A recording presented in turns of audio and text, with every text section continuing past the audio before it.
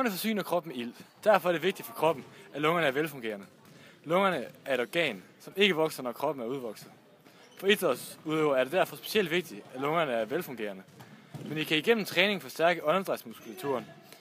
Men lungerne ændrer altså som sagt ikke størrelse, men derimod ydeevne.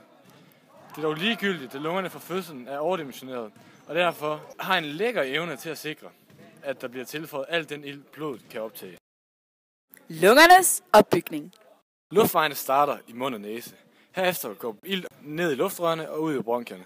Disse bronkier ender efter mange forgreninger i bronkiolerne.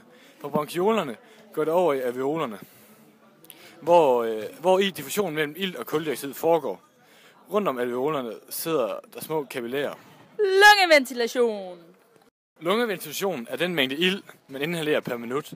Formlen for lungeventilation er åndedrætsfrekvensen gange åndedrætsdybden. Ilttransport. Ilten transporterer ved, at den er bundet til proteinet hæmoglobin. Hæmoglobin befinder sig i de røde blodlegemer. Åndedrætscentret. Det er det lille område i den forlængede rygmarv i hjernen. Centret styrer både åndedrætsdybden og frekvensen, altså hastigheden. Det registrerer blodets kuldioxidindhold, helt præcist kuldioxidtrykket.